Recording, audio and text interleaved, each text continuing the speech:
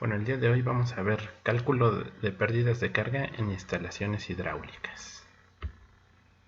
Las pérdidas de carga se presentan por fricción y pérdidas ocasionadas por distintos dispositivos colocados en donde fluye el líquido. La pérdida por fricción se calcula de esta forma, donde F es un factor de fricción, el cual vamos a ver más adelante cómo calcularlo, y depende también de la longitud. Es decir, si la tubería es muy larga, va a haber una pérdida de carga por fricción muy grande. Depende del diámetro y de la velocidad con la que fluye. Además hay pérdidas menores debido a la entrada y salida del fluido en la tubería, curvaturas, codos, válvulas abiertas o parcialmente cerradas, expansiones o contracciones súbitas y expansiones o contracciones graduales. Las pérdidas menores se calculan de esta forma, donde K es un valor que vamos a ver, depende de cada situación cómo se determina esta K, y también depende de la velocidad y 2 veces la gravedad. Entonces la pérdida total de carga se calcula de esta forma: la pérdida por fricción más la suma de cada una de las pérdidas que haya en la instalación hidráulica.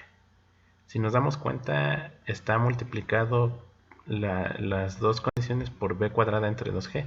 Entonces lo podemos factorizar y nos quedaría de esta forma: el factor de fricción por la longitud entre el diámetro más la sumatoria de las constantes k. Muy bien, vamos a ejemplificar esto mejor resolviendo un ejercicio.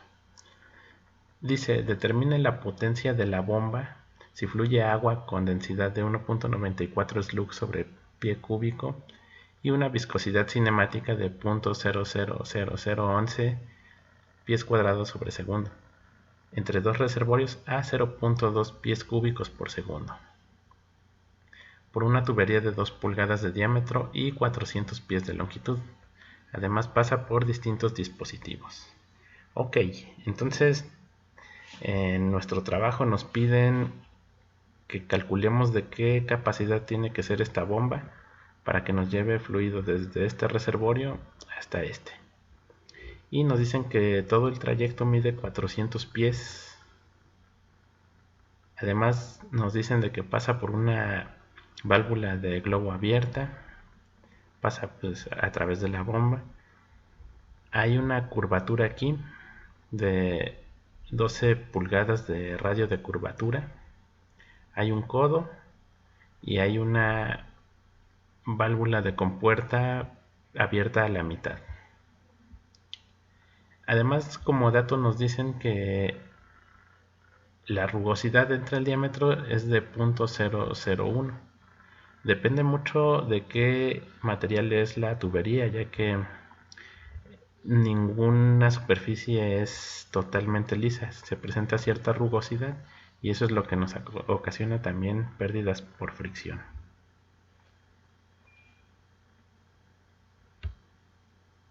Muy bien, vamos a continuar. Esto es lo que debemos de calcular. Debemos de encontrar el factor de fricción, una entrada afilada, dice, una válvula de globo, una curvatura de 12 pulgadas, un codo regular de 90 grados, una válvula de compuerta mitad abierta y una salida afilada. Muy bien, vamos a ver cómo se calcula. Vamos a empezar con el factor de fricción. El coeficiente de fricción F es función del número de Reynolds basado en el diámetro y de la rugosidad entre el diámetro. Para determinar este factor tendríamos que resolver esta ecuación. En esta ecuación no se puede despejar el factor F, por lo que se tendría que hacer numéricamente. Y una vez teniendo el factor F, como vimos, se calcula F por L entre D por B cuadrada entre 2G. El número de Reynolds basado en el diámetro es velocidad por diámetro entre la viscosidad cinemática. Bueno, y calculando la velocidad, para calcular la velocidad se hace caudal entre área. El caudal es dato y el área pues sabemos que es una tubería de 2 pulgadas. Entonces podemos calcular la velocidad y una vez calculada la velocidad podemos calcular el número de Reynolds, que en este caso nos da de 138.939. Afortunadamente no es necesario resolver esa ecuación. Podemos ver que aquí en este diagrama que se llama diagrama de Moody podemos calcular muy fácilmente el factor de fricción F. Tenemos aquí rugosidad relativa, es decir, rugosidad entre el diámetro, tenemos distintos valores, y en el eje X tenemos el número de Reynolds. Entonces, como sabemos, nos dieron de dato que la rugosidad entre el diámetro es 0.001. Entonces aquí tenemos que buscar cuál es el que corresponde. Vemos que es este. Y además calculamos ya el número de Reynolds, que es de 138.939. Aquí, debido a la escala, pues tenemos que aproximarnos más o menos en dónde corresponde. Si vemos es un 1 por 10 a la 5, sería como 1.3 por 10 a la 5. Entonces corresponde aquí. Y en la intersección vemos qué número de factor F le corresponde. Vemos que le correspondería 0.02, 0.21, 0.22. Entonces el factor F es 0.022 y de esta forma puedo calcular de manera sencilla el factor de fricción. Además, si no me hubieran dado de dato la rugosidad relativa, yo podría calcularlo con esta tabla. Viene las rugosidades de ciertos materiales, de acero inoxidable, plástico, concreto, entre otros, ¿no? Podremos sacar la rugosidad y dividirlo entre el diámetro y para sacar la rugosidad relativa. Muy bien, entonces de nuestra tabla de resultados sabemos ya el factor de fricción, que es 0.022. Tenemos una entrada y una salida del fluido. Entonces aquí tendríamos que ver si nuestra entrada es afilada o está suavizada. Tiene un redondeo o está digamos no es a 90 grados aquí, ¿no? En nuestro caso nos decía que la entrada y la salida eran afiladas. Entonces corresponde aquí. Corresponde aquí y vemos que entonces la entrada tiene un valor de 0.5. Además, la salida, su valor de K va a valer 1 siempre. Entonces ya tenemos el valor de la entrada, 0.5, y la salida 1. A la salida siempre va a valer 1.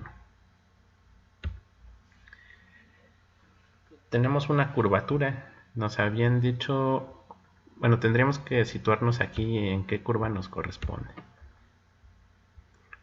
Tenemos este cociente que es 0.001 y corresponde a esta gráfica, a esta curva. Ahora depende del radio de curvatura y del diámetro. Radio de curvatura habían dicho que eran 12 pulgadas y el diámetro es de 2 pulgadas, entonces el cociente da 6, por lo que tendríamos que situarnos aquí.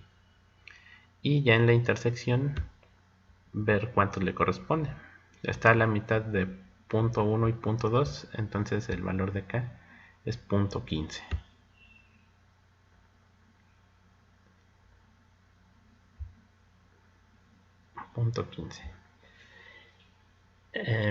Las válvulas también generan pérdida de carga, ya que se ocupa energía en cambiar la dirección del fluido, y eso hace que se vaya perdiendo mucha energía y por lo tanto se vaya perdiendo mucha presión. Entonces cada válvula tiene su característica. Vamos a ver. Aquí nos dan los valores de K dependiendo su tipo de unión, si es atornillado o si es unido por bridas. En nuestro caso indicaba que eran atornillados, entonces vamos a usar esta sección de la tabla. Y teníamos una válvula de globo completamente abierta, y aquí tenemos los diámetros nominales, el cual era de 2 pulgadas. Entonces tenemos el valor de K. Aprovechando esta tabla tenemos un codo regular de 90 grados, también atornillado, y también es de 2 pulgadas. Entonces ya tenemos estos valores de K. Ya solo nos queda calcular la válvula de compuerta parcialmente abierta. Entonces aquí hay distintos tipos de válvulas, de compuerta, de disco, de globo. El que correspondería sería la curva de color negro. Y en el eje X dice la fracción abierta. En la información que nos dieron decía que estaba a la mitad. Entonces la fracción abierta es 0.5. 0.5, y cuando cruce con la gráfica negra vamos a ver el valor de K, que es de 4. Muy bien, tenemos completa nuestra tabla. Sin embargo, vamos a ver que existen otro tipo de dispositivos. Puede haber una contracción o una expansión súbita. Aquí se pierde energía, ya que en estas esquinas se la pasa el fluido recirculando y ahí se pierde la energía. Entonces aquí nada más hay que ver de qué diámetro a qué diámetro va. Diámetro menor entre el diámetro mayor, para situarnos aquí y ver si es una expansión o una contracción. Y también existe el caso cuando es una expansión o contracción gradual. Hay que ver con qué ángulo va para saber situarnos en este eje y ver su correspondiente valor de K. Pero regresando a nuestro ejercicio, entonces ya tenemos la sumatoria de las constantes K. Entonces podemos regresar a nuestra fórmula, que es b cuadrada entre 2g por el factor de fricción por la longitud entre el diámetro más las sumatorias de K. Tenemos aquí la sumatoria, tenemos el factor de fricción que calculamos, sabemos que la longitud que recorre el fluido son 400 pies y el diámetro son 2 pulgadas, pero hay que pasarlo a pies para que sean de la misma dimensión, de las mismas unidades. La velocidad la calculamos y como estamos en sistema inglés, la gravedad es de 32.2. Entonces la pérdida de carga es de 86.5 pies. Ahora vamos a ver cómo calcular la bomba. Como vimos en el video anterior, tenemos que partir de la ecuación de la energía. Y tenemos que saber situar los puntos, el punto 1 y el punto 2. Por conveniencia es muy útil ponerla en la superficie de los reservorios. Entonces partimos de la ecuación de la energía. Entonces, haciendo las mismas consideraciones de que la velocidad 1, el nivel de agua va a bajar muy lento, y al cuadrado es un número pequeño, al cuadrado pues es todavía más pequeño, entonces no se ocupa, está abierto a la atmósfera, entonces es presión atmosférica, no hay turbina, y llegamos al estado 2, donde la velocidad con la que va a subir el nivel pues es muy pequeño, al cuadrado pues es todavía más pequeño, y también está abierto a la atmósfera. Entonces los términos que quedan son estos. Despejando la altura de la bomba, tenemos que Z2 menos Z1 más las pérdidas de carga totales. Nos da una suma de 186.5 pies.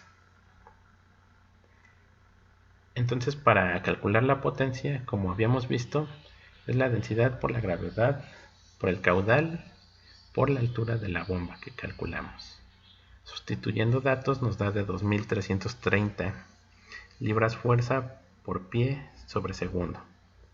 Y si dividimos entre el factor de de conversión de 550 para que nos dé en caballos de potencia, necesitamos una bomba de 4.23 caballos de potencia. Entonces